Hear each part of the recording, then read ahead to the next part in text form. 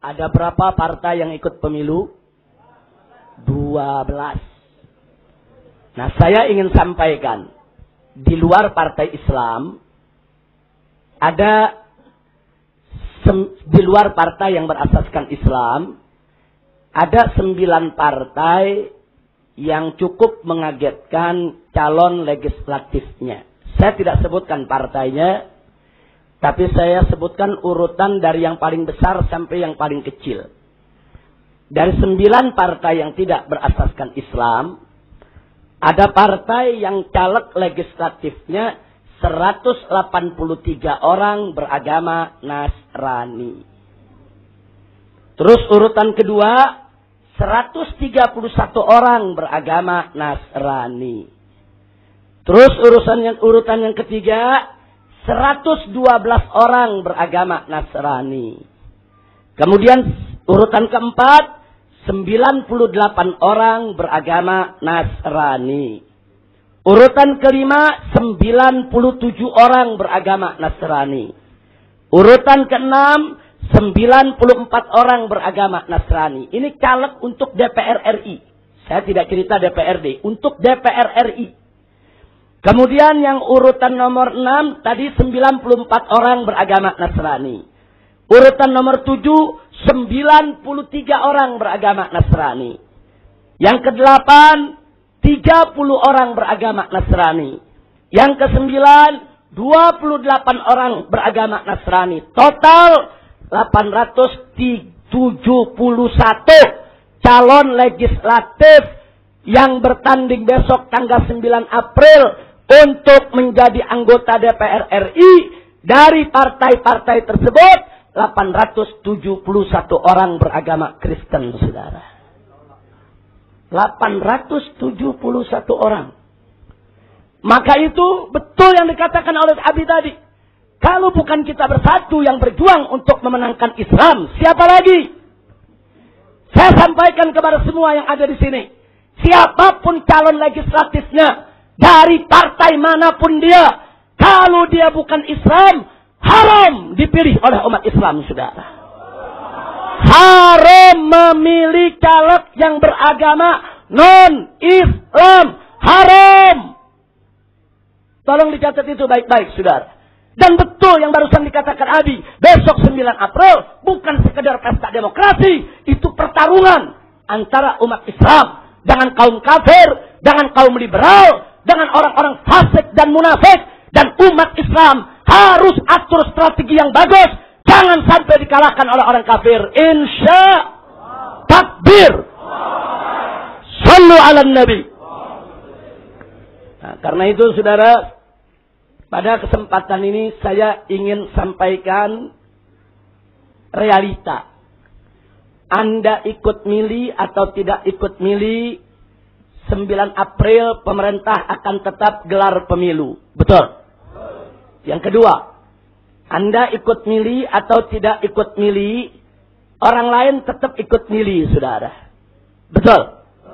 Jadi kalau kita yang doyan ngaji, yang cinta syariat, mau bela Islam, nggak mau ikut pemilu. Tapi saya tanya, yang kafir ikut tidak? Yang liberal ikut tidak? Yang fasik ikut tidak? Yang munafik ikut tidak? Yang preman ikut tidak? Hati-hati, saudara. Realita yang ketiga, Anda ikut pemilu atau tidak ikut pemilu, maka siapapun besok yang dipilih oleh orang lain tersebut, mereka yang menang akan menjadi anggota DPR. Betul? Betul? Itu realita politik. Anda ikut milih atau nggak ikut milih, saudara?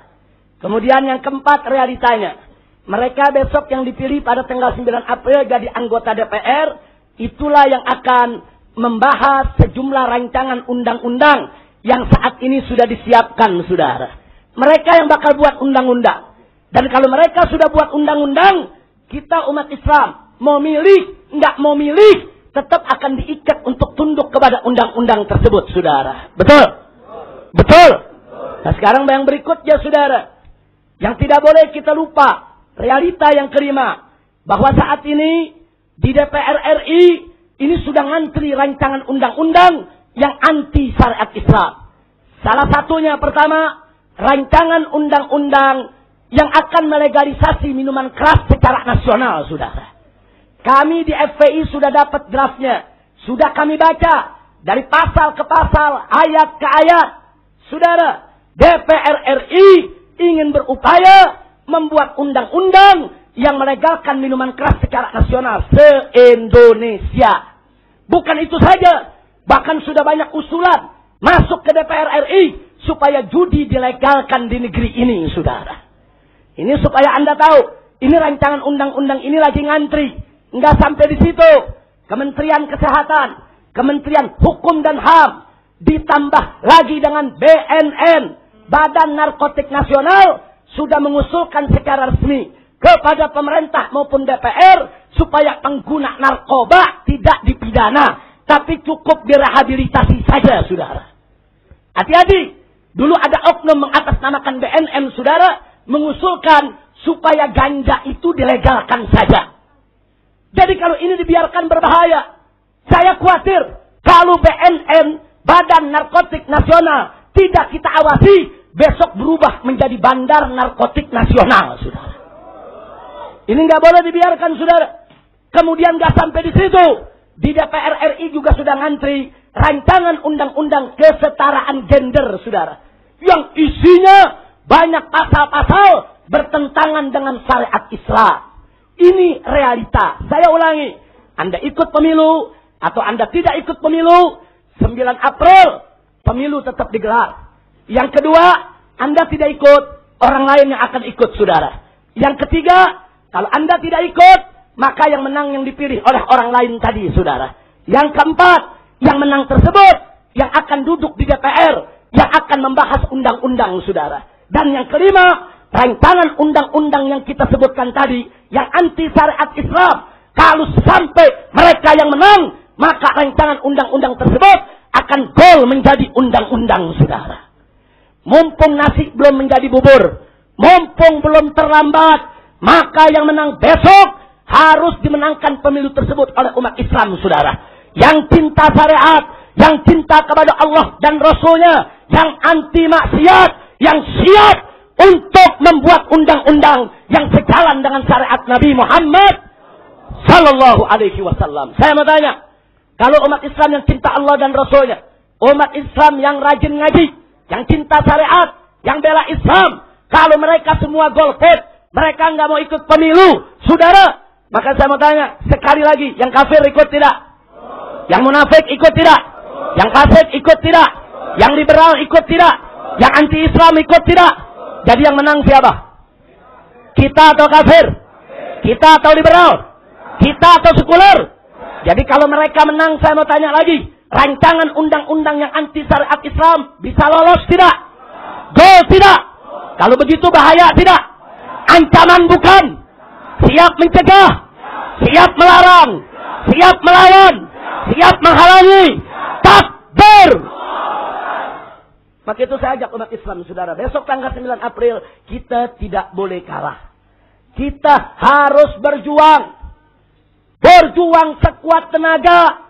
Menangkan saudara-saudara muslim. Kita yang siap untuk membela Islam dan menegakkan syariat Islam. Siap bersatu? Siap berjuang? Oh, di antara jamaah ada mengatakan, Habib, tapi katanya ikut pemilu itu haram, Habib. Baik, saya ingin sampaikan di sini, anggap pemilu itu haram. Anggap pemilu itu haram karena dianggap sebagai produk demokrasi. Anggap haram, saudara. Saya mau tanya semua yang ada di sini, daging babi halal atau haram? Halal atau haram? Kalau terpaksa, boleh atau tidak? Boleh atau tidak? Pada saat terpaksa, saudara, Allah nyatakan dalam Al-Quran, "Faman ittara ghaira baghin wala 'adin, fala itsma 'alaihi. Innallaha ghafurur rahim." Tegas Allah nyatakan, barang siapa yang terpaksa tanpa diinginkan dan tanpa kelewat batas, fala itsma 'alaihi. Enggak ada dosa atas dia, saudara. Saudara, catat baik-baik, daging babi haram.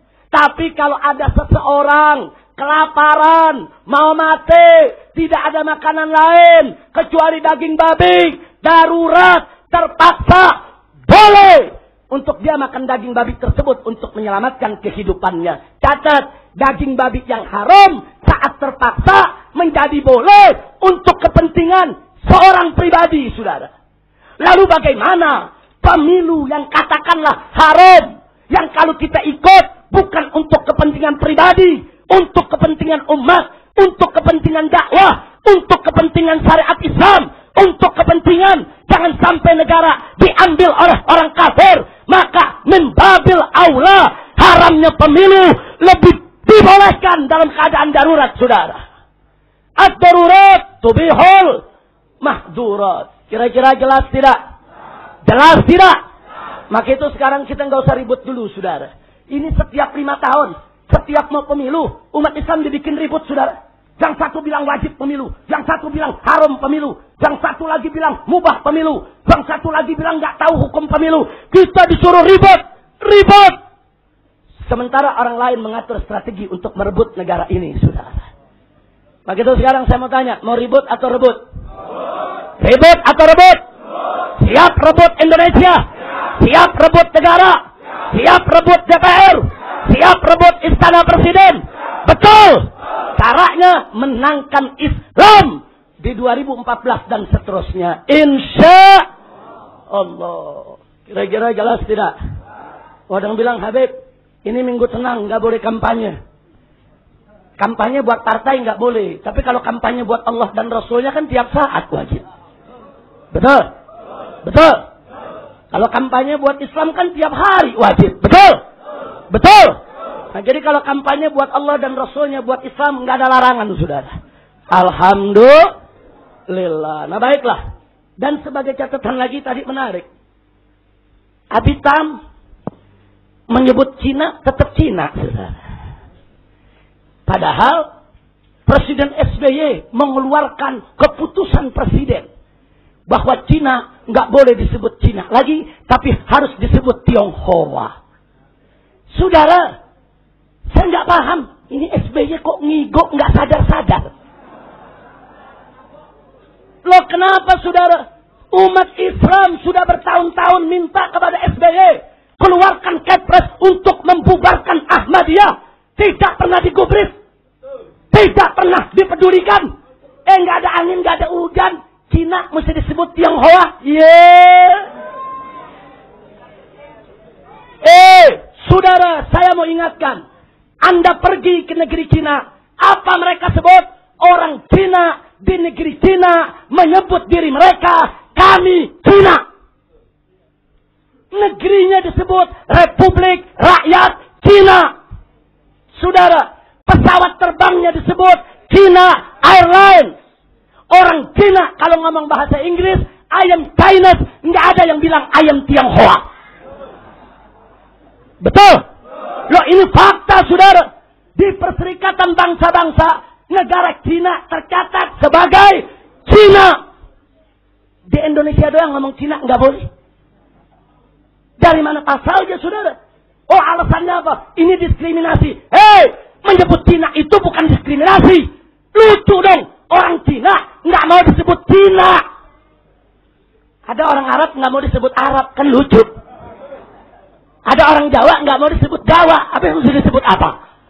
Ada orang Sunda nggak mau disebut Sunda. Ada orang Banten nggak mau disebut Banten. Gelo tidak? Gelo tidak? Gelo. Orang Arab mesti rela disebut Arab. Orang Cina mesti rela disebut Cina. Jawa disebut, Sunda disebut. Enggak, Cina mesti disebut Tionghoa. Saya nggak paham apa yang dicari SBY, saudara. Apa yang dicari SBY? Hanya karena untuk menghadapi pemilu. Supaya Cina-Cina pilih dia. Pilih partainya. Saudara, dia jual prinsip. Ittaqullah. Kecuali kalau negara Cina-nya yang protes. Umumkan di dunia, kami nggak mau disebut Cina lagi. Daftar di PBB bahwa kami bukan Cina, kami Tiongkok. Nah, kalau sudah disepakati sedemikian rupa, Cina yang minta, PBB terima, silakan presiden untuk buat kepres, nggak boleh sebut Cina, tapi Tionghoa. Ini negerinya yang punya diri. Negerinya yang punya diri. Orang Cina bangga disebut Cina. Cina Indonesia. Saudara, nggak bangga disebut Cina. Maka itu saya setuju dengan Nabi. Kita sebut orang Cina sebagai mau sebut Tionghoa atau Cina? Tionghoa atau Cina?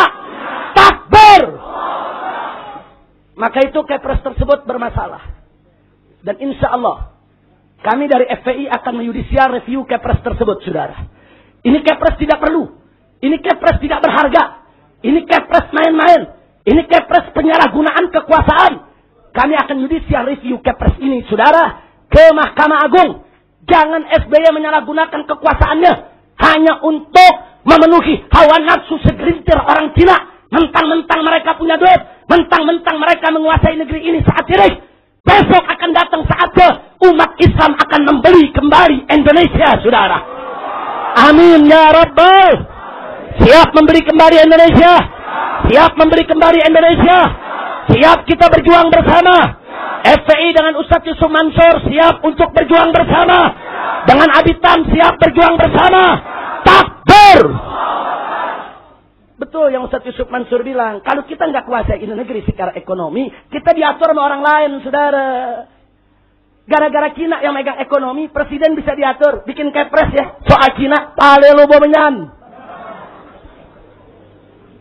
Masya Allah. Jangan-jangan besok ada orang Jawa minta juga bikin Kepres. Orang Jawa jangan dibilang Jawa. Kan jadi sebulak terbalik, saudara. Saya mau tanya, orang Jawa kalau dibilang Jawa, bangga tidak? Bangga tidak? Orang Sunda dibilang Sunda, bangga tidak? Orang Banten dibilang Banten, bangga tidak? Ini ada Kiai Qurtubi, ini ulama Banten, Imam Banten. Kiai Qurtubi orang Banten, kalau dibilang Arab mau Kiai Qurtubi? Enggak mau. Orang Banten kalau dibilang Banten malu, bagaimana Kiai Qurtubi? Dipecat gak jadi orang Banten? Pecat, saudara. Orang Banten bangga, aing Banten. Ada macam-macam, aing bredok sih. Orang Banten jangan main-main, betul. Saya tanya orang Jawa, bangga tidak disebut Jawa. Sunda bangga tidak disebut Sunda. Betawi bangga tidak disebut Betawi. Arab bangga tidak disebut Arab. Bangga, saudara. Ada Cina, nggak mau disebut Cina. Kutil babi. Masya Allah, ini ada Pak M. Fatwa, orang Bugis. Pak M. Fatwa sebagai orang Bugis, bangga tidak disebut Bugis, Pak lain. Bangga? Bangga. Tapi besok ada Kepres, orang Bugis nggak boleh disebut Bugis, Pak lain. Nggak, saya tanya, kalau gitu Kepres tersebut ngawur tidak? Ngawur tidak? Itu Kepres cerdas atau bodoh? Cerdas atau bodoh? Ini yang ngomong bodoh, lu ditangkap semua lu besok. Baik, saudara. Nah, itu yang saya mau garis bawahi. Jadi betul yang dikatakan Abi tadi. Janganlah presiden bikin keputusan-keputusan yang nggak ada manfaatnya. Nggak ada kepeduliannya. Seluruh dunia menyebut Cina, saudara. Sebutan Cina itu bukan menghina, bukan. Kecuali kalau ngomongnya kayak orang Jawa dibilang, Jawa loh. Nah, itu menghina. Orang Arab dibilang, Arab loh. Itu menghina. Tapi kalau ada orang Arab disebut, Anda Arab kan? Nggak menghina, saudara. Anda Bugis kan? Nggak menghina. Jadi bagaimana intonasi ngomongnya? Ini kita ngomong Cina nggak boleh. Ada Kepres. Kalau kita ngomong Cina ditangkap. Udah, saya mau tanya semua. Mau sebut Tionghoa atau Cina? Tionghoa atau Cina? Tionghoa atau Cina? Mereka adalah bangsa. Bukan kita hina. Tidak. Bangsa Cina itu muslimnya banyak, saudara. Itu di negeri Cina. Orang Cina yang beragama Islam. Hampir 180 juta orang. Cina Muslim di Xinjiang, di Yunan, di mana-mana. Sebutan Cina itu tidak menghina mereka, saudara. Kira-kira jelas tidak? Nah, kita bukan orang yang rasis. Kita nggak pernah menghina-hina suku yang ada. Betul? Orang Cina beriman kepada Allah. Saudara kita bukan? Saudara kita bukan?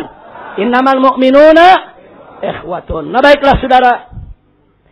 Setelah panjang lebar kita menyampaikan apa yang perlu disampaikan dan sudah kita dengarkan arahan dari guru-guru kita, maka hari ini saya ajak semua untuk baca doa. Mau baca doa? Nah, pertama baca doa untuk istri dari jamaah kita yang meninggal dunia, yaitu istri Bapak Said. Semoga istrinya segala kesalahannya diampuni oleh Allah Subhanahu wa taala. Dan segala dosa-dosanya dimaafkan oleh Allah Subhanahu wa taala. Nah, begitu juga kita bacakan doa. Di sini ada Ibu Sakia binti Sa'i, yang mana keluarga beliau dengan almarhum suaminya Kastam bin Markina hari ini mengirimkan kebuli dan kambingnya untuk akikah anaknya yang bernama Ardiansah. Dan mohon doanya untuk almarhum suaminya agar dimaafkan segala kesalahannya oleh Allah. Dan agar anaknya dijadikan anak yang soleh. Jadi nanti jamaah selesai acara jangan langsung pulang. Itu ada hidangan kebuli dari keluarga ini. Mudah-mudahan hajatnya digobulkan oleh Allah Subhanahu wa taala. Nah, kemudian pengumuman yang berikutnya. Hari ini kan kita kampanye udah nggak boleh, betul? Sudah minggu tenang, betul? Tapi kalau ngedoain boleh gak?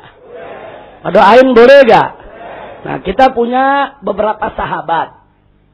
Baik dari pengurus FPI maupun dari luar FPI, mitra FPI, yang mencalonkan diri jadi caleg-caleg di DPRD maupun di DPR RI. Bahkan juga di DPD RI. Dari berbagai daerah dan dari berbagai partai. Di antaranya kita doakan supaya mereka semua dimudahkan urusannya oleh Allah. Diberikan kekuatan istiqamah. Diberikan kemenangan. Dan mereka dijadikan sebagai pejuang-pejuang yang mengangkat tinggi-tinggi panji perjuangan Islam. Yang pertama adalah Kiai Haji Muhammad Al-Khattab, Sekjen Forum Umat Islam. Kemudian yang kedua adalah Ustadz Muhammad Mahsuni Kaloko, Ketua DPP FPI Bidang Jihad dan Bela Negara. Kemudian yang ketiga, Ustadz Yordan, Wakil Panglima Laskar Front Pembela Islam. Dan masih ada yang keempat, Ustadz Haji Musani, yaitu Bendahara Umum DPP FPI. Juga masih ada Ustadz Masdul Haq Lubis. Nah, beliau adalah Ketua Departemen Sosial Politik DPP FPI. Nah, kemudian dari kawan-kawan seperjuangan kita, di sana masih ada Habib Tahir bin Yahya. Dan masih ada Habib Hamid Zaki bin Syekh Abu Bakar. Dan masih ada lagi Habib Agil bin Salim Al-Attas. Dan selain itu juga masih ada yaitu Sarifah Lu'lu Asgar. Nah, mereka ini semua sebagai calon-calon daripada legislatif untuk duduk di DPRD maupun DPR RI. Termasuk putra daripada Bapak AM Fatwa, yaitu Al-Ah Ikrar Fatahillah. Itu juga salah satu daripada calon DPRD yang akan maju ke depan. Kita doakan, mudah-mudahan semua ini dilancarkan oleh Allah Subhanahu wa taala. Nah, kemudian dari calon DPD RI, itu kalau tidak salah ada 30 lebih calonnya. Nah, itu ada beberapa kawan kita. Di antaranya, yang pertama adalah Ibu Fahira Fahdi Idris, yang rutin datang ke pengajian kita sejak lama, karena beliau termasuk, yaitu yang sering menjalin kerjasama dengan kita dalam memerangi minuman keras. Karena beliau juga punya gerakan anti minuman keras nasional. Dan tidak juga terkecuali orang tua kita, bapak kita, yang saat ini masih menjadi anggota DPD RI dan maju kembali, yaitu Bapak AM Fatwa. Beliau juga akan maju untuk menjadi anggota DPD RI. Saya berharap dua sahabat kita ini mudah-mudahan bisa lolos jadi anggota DPD RI dan siap untuk menegakkan panji Islam di sana. Amin ya rabbal alamin. Kita doakan bi mu'jizatil Fatihah wa sarafiha wa asrariha an Allah subhanahu wa ta'ala an yataqabbal minhum itu jami'an niyatihim wa an yaqdiya hajatihim wa an yuballigha maqasidahum wa ila hadratin nabi sayyidina Muhammadin sallallahu alaihi wasallam bisiril Fatihah.